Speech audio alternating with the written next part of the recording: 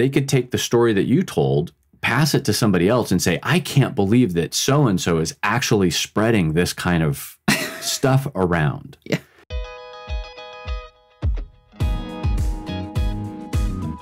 Welcome to Swinger University. I'm Ed. And I'm Phoebe. Join us as we explore the exciting world of ethical non-monogamy, sexual health, and sex education with an intellectual and sexy twist. Do you kiss and tell? What does it exactly mean? Is it different than gossip, and how can that help in the lifestyle? We talk about the good, the bad, and when it turns to bullying. Plus, you will learn how to stop it. Remember to subscribe to our podcast and YouTube channel. Be sure to join our Patreon community for the behind-the-scenes stories and extra sexy content. If you like our show, do us a favor and tell a friend about it. We hear all the time how our podcast helps others, so in the spirit of swinging, please share. Karen wrote in and asked about our first experiences, our insecurities, and pressure to play, as well as her issues with aggressive women in the lifestyle. So when she wrote in, I sent her a very nice long email and kind of helped her through some of those challenges that she was having. And it also helped spawn this episode as well. Yeah. So we really do thank you for writing in and asking those questions. We appreciate it. So if you have questions about the lifestyle, please contact us. All right. Who gossips? Apparently all of us. Right? Even when you don't think that you are, you do. And the average person actually gossips 52 minutes a day, according to a 2019 study in the Journal of Social, Psychological, and Personality Science. Learned that most gossip was neutral. The urge to discuss your family details can be very helpful and natural, so that is a form of gossip that we all perform everyday life. Mm-hmm. And a lot of the family members will share like job promotion, someone got married, bought a house, right? This is all considered gossip. So it's right. You're talking about somebody else and what's going on with them. In a swinger family, it can be someone who's talking about another person or couple that breaks the rules all the time, or as maybe they're too rough, or, oh gosh, maybe they lose a condom. And I'm laughing because you have to check out that other episode. So what is gossip exactly, right? It's normal. We all do it. And there is a bad version of gossip. Mostly that's what gossip is known for. You hear the word gossip and it's like, oh my God, it's This bad. is what people think of when they hear the word gossip. Yeah. It's negative. It's got a negative connotation to it. And the bad gossip is a person who habitually reveals personal or sensational facts about others. The good gossip is casual or unconstrained conversation or reports about other people, typically involving details that are not confirmed as being true. So observations, things like that. It's common informational type of sharing. Why do we do it? Right? If it has such a negative connotation to it, why do we do it? And I didn't even know there was a good kind. So now I know there's a good kind, and here's why it's beneficial. Apparently, we can't help it. According to Dr. Frank McAndrew, a psychology professor at Knox College, who researches the evolution and psychology of gossip. In earlier societies, we needed to know what people or groups were dependable, who had the power, and who had powerful friends. This sharing of gossip was a way of also getting that information, right? Mm-hmm. And maintaining your family core as a strong unit, which was really necessary for informing other family members. We're talking resources, safety, all of that. And then knowing who are those people outside of us that could potentially harm us, who are our friends, our allies, all that. So sharing of this information, gossip, critical. When I was researching this, I started to think about when we were in Vegas and we went to the Mob Museum, right? The mob family, they talk about that and how information spreads so quickly because they're all connected and they're all informing each other of what's going on in the community with all the businesses, etc. Yes. So now you can kind of get a picture of that family unit tribe, right? Trying to protect their own. Gossip will also show some vulnerability. It's a way of building trust and bond with others. Mm-hmm. And it really is a social skill. So if you don't have it, you're kind of left behind. Right. You're left out of that chain of communication. You're not building that bond with coworkers or friends because you're not really engaging Correct. with those personal details. You're not engaging with letting people in on what's going on in your life. Yes. Yeah, makes sense. And early on, I had a difficult time doing this because I didn't do the gossip thing. Right. I kept my life very private. I kept other lives very private. I didn't share other people's information. It made me feel alienated. People couldn't gauge me. They're like, can I trust her? She doesn't share anything, so I don't know where I stand. She doesn't give me anything to grab onto. The tricky part is when we should do it. Yes. And how we do it. So that negative gossip is that intentional spread of information to make people look bad and make themselves look good. Right. So this is that whole tearing people down in order to build yourself up and taking credit for other people's work and all of that kind of stuff. Yeah, it's just bad. It's bad, it's ugly, and we see this a lot of time in swinger Facebook chat groups. And it's not very pretty. You can also do unintentional damage by spreading gossip or at least talking about other people because you don't necessarily know who's listening. And you could inadvertently hurt somebody else's feelings by spreading this information and, in a sense, letting a secret out without somebody else knowing that you're telling their secrets. Positive gossip would be more discreet. You're not adding false details. It's not mean-spirited. And you hopefully are doing a gut check.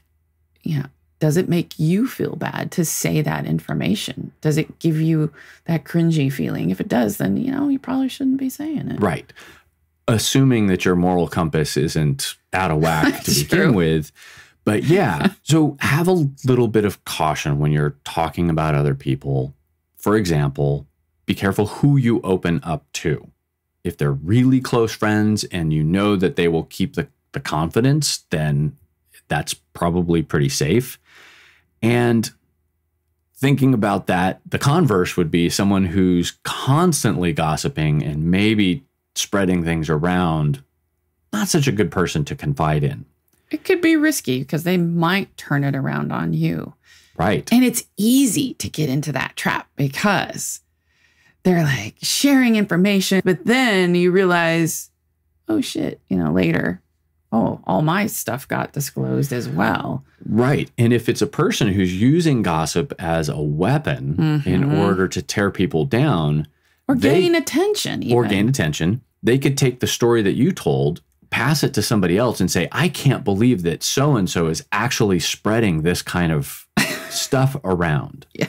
They look better because they're talking about you as being the bad gossip, and now you've just become the bad guy.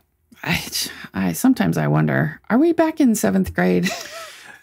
The internet makes me feel like that almost every day. How do you stop this? You want to be direct. You can say things like, I don't want to talk about this. Or you could say, I don't have anything to say. And you just say it with a smile, just like that. It usually stops the conversation. If they don't get it and they keep talking, you just repeat it. If you repeat something 3 times, the same thing, they will get the hint. You can also change the subject. That also works. Some people, it doesn't work so well for them. Don't worry about seeming rude. It doesn't really matter. Just don't worry about it. And another way of saying it too, which might come across a little bit easier or at least give you some deniability is, I don't know anything about that. I haven't heard. Yes. Because then you're not part of the situation. Right. You don't have any information to contribute, and they're certainly not going to ask you for more because you're like, oh, I've never even met that person, or I didn't know anything about it. Yeah. Another phrase that someone told me that I use often is, I really can't say. Which is vague enough where it could be interpreted a couple different ways, which is nice. You really can't say because you don't want to say, or you have nothing to say about it. Right. It's not offensive, and it just moves the conversation right along. It stops it. It really does. Someone would have to be a real jerk to try and tear into that and get more information. So they'll probably avoid that. Yeah.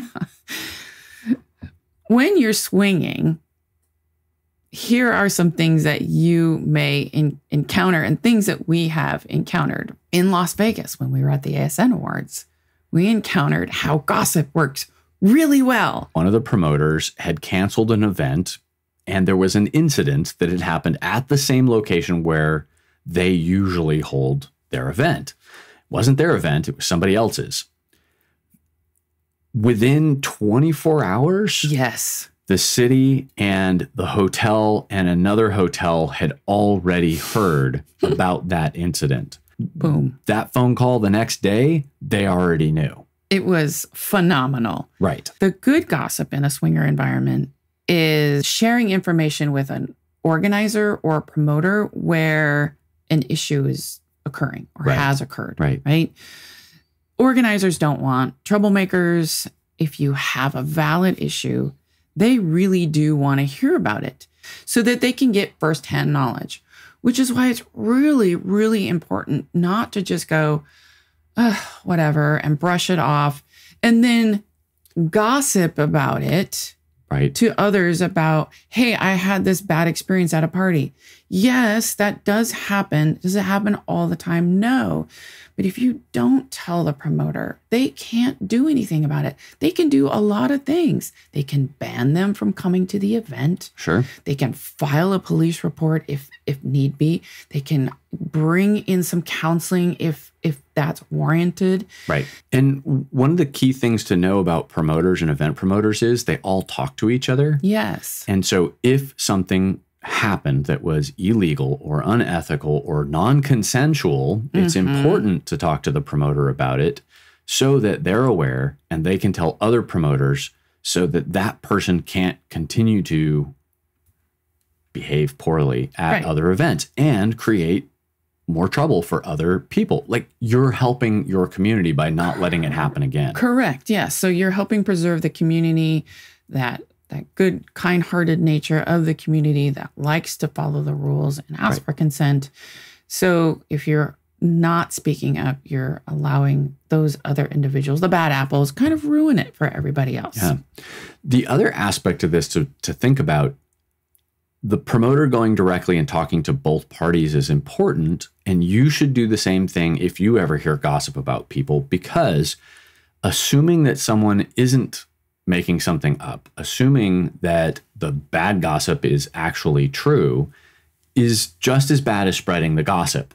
So if you hear something about someone that you know personally, talk to them directly about it. You don't have to say who told you, but getting that confirmation on your own allows you to cut the gossip chain off right there, because you won't continue to spread that information if you, for a fact you know that it's not true. Yeah. I've done this with good friends of mine, and I've done it with other play partners as well. Right. And usually what happens when we hear a piece of gossip is I catalog it in my brain and go, okay. Right. I don't have that direct experience with that person, but I will catalog that in my brain and keep that on file and make sure I note that if something were to come up. So it's like kind of like a little yellow flag, right? Just a little. Right. And then through my own observations and interactions based on my own filters, if I encounter the same thing, then I make my own assessment and go, you know what? I can see there's some truth to this. And then I can choose whatever I want to do with that gossip. The other good gossip at a swinger event is what we call that kiss and tell. Well, what is kissing and telling? It could be a good recommendation for a fun or respectful play couple. It could be a recommendation for a size queen. She really likes big, girthy things.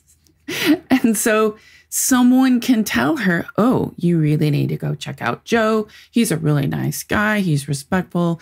He's great with both parties. He shows up to events. They have a whole list of why he's great. And I asked someone just last night at a party, why did they like this guy? I got information that was really helpful to me. He was respectful, courteous, gentle, showed up on time.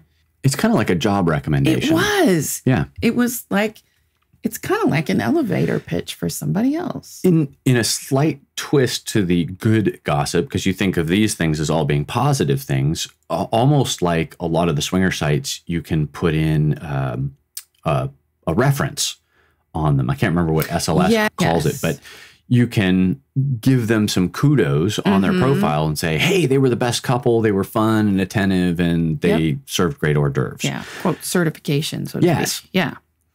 But the other one that doesn't sound positive, but it is, and that is for that gentleman in the lifestyle that we've run across, and we'd heard from several people that was losing their condom. And on purpose. On purpose, yeah. They were basically slipping it off and pretending that it had disappeared, or trying to just get away with it. We've heard it's more common lately. Yeah. Yeah. Which is a little shocking. So that's a different kind of good gossip. It's not positive, but it's beneficial to know, because women don't want to have that risk floating around in the lifestyle. And we hadn't passed that along until we had heard it from, I think, two other women. And then we had it happen. Mm-hmm. Yes. And at that point, I said, third time's the charm. We were definitely sharing that tidbit when we talked about other people. Yeah. Not all the time, but anytime we heard that particular person's name mentioned, we say, you should be careful and really watch, because this has happened to us, et cetera, et cetera. Yeah. And usually what I say is, very nice couple. He was fun to play with. Right. If you choose to play with him, be aware of that condom at all times. Yep. I would not recommend being in a doggy position unless your husband or significant other is watching. Right. I, would check frequently to see if, reach down and see if it's still there. Right. You could still play, but check. It's a safety awareness. Safety awareness. Yes. We're here for safety awareness. It's your public service announcement. Yeah. Bullying and negativity in the lifestyle is rare. We have seen it. We have heard it. Mm-hmm. And it's, the lifestyle is not perfect. It is real people, and there are some bad apples. We've just slightly dipped our toe into that arena of organizing an event and vacation. We've started to see more of that ugly side, so to speak. Right. Some of the bad behavior. Well, some of it goes directly into what we've been talking about, which is spreading rumors. So false information about you, as opposed to helpful information to keep you safe. So the condom guy, for example. So there are people who are spreading those nasty rumors about people. That's bad. Sarcasm. So passive aggressive behaviors like dropping hurtful or offensive comments. Most of the time we see that in forums and chat groups. Right. I won't mention some of them. We have a love-hate relationship with one of the groups on Reddit. And we see a lot of that, which kind of plays into this next one, which is cyberbullying. So creating multiple accounts for downvoting people, leaving nasty comments, and really kind of ganging up on people who aren't promoting the thing that you promote or the thing that you say. Right. This was one that we were afraid of when we first came out last October, because we've seen this happen to other podcasters, and we've seen it happen to people in the lifestyle. And that's outing them in the community. It's pretty extreme, but but not as common as you might think it is. But when it happens, it's usually big. Really bad. One of the most extreme examples we ran across of this was in Colorado when we were attending a house party. There was a local club that had a overly enthusiastic member who decided to take it upon themselves to out everybody who was going to house parties as a way of protecting this club. They printed up flyers. They went door to door in the neighborhood. They doxed people. They made all kinds of crazy accusations about what these people were doing, including prostitution and human trafficking and drug trade, like crazy shit that they were making up because they were basically trying to do a favor to the club by destroying this, quote, competing business environment. Really bad. Like, even when the HOAs got involved in terms of like getting people kicked out of communities kind of thing. It's like terrible. I mean, the people really bad shit. Lost their homes, their jobs, everything. It was horrible. It was bad. Yeah, bad. And one of the other things that comes out of this is sometimes this is a personality disorder. People are compelled to spread lies in order to feel important and gain attention. So they're antisocial, or they have a narcissistic complex or a histrionic complex where that's just kind of built into who they are. Like that's how they feel good about themselves. Right. If you have conflict at an event or in the community, try to take a breath, think about it twice, act once, and avoid using social media or text messages to solve it, because it's never going to work out well. It's just not the best. I know it's hard. It's just not the best way to do it. You really want to de-escalate it. You want to be wiser and smarter about it. And it's safer to take this approach. You can ask for a private setting or meeting if you really want to address it with this individual. You can invite a third party as the mediator. If it's at an event, you can ask the party organizer, event organizer, to be that mediator in that three-way. Right. Share the feelings, focus on clear communication, don't use the word you. Provide specific examples, and ultimately, hopefully get to a shared resolution. You can even come up with shared resolution that you think might be good for both parties. It's really trying to step out of those emotions and make that repair, even though it wasn't your fault, which is really frustrating, right? Because you're negotiating with someone who's wronged you and destroyed you. And now you have to rise above all of that. Right. Try and do the right thing. It's very difficult and challenging, but it is honestly the best way to do it. One of the biggest challenges with having this happen at an event is people are typically having fun, probably drunk. Yeah. Probably high on something because they're not necessarily in the correct state of mind to prevent themselves from doing it. In other words, their inhibitions are lowered, and so things are coming out of their mouth. Right. So trying to have a conversation with them and resolve something in that state, I've been there, it's not really possible. Right. They're not fully there to comprehend what's going on, and they're certainly not going to be considerate of your feelings about the whole thing because they're kind of in their own little world at that time. Right. But that is also why getting to that event organizer is important, because they can, take that situation and diffuse it and then bring all the parties back together so that you're not banned from their event anymore, really, honestly. And hopefully everything gets resolved. In a sense, what it is making the event organizer aware of the situation so that they can make a more informed decision about what they're going to do about it. It may not get resolved that night. Correct. But at least everybody's on the same page in terms of what happened and why it probably happened. Yeah. Because really 3 people are involved. The event organizer, because they don't want bad promotion. They don't want their community that they help and serve and provide, you know, a place to come and enjoy. They don't want that compromised because they want people to come back. They want people to come back because they really are providing a community. It's not all possible, but if we can get there after one of these things occur, that would be ideal. So here's a question for you listeners. Have you ever experienced good gossip in the lifestyle? How about bullying? We'd love to hear your experiences, so leave us a comment or write to us or leave us a voicemail. Some of the key takeaways are gossip is helpful to others, especially when it's safety oriented.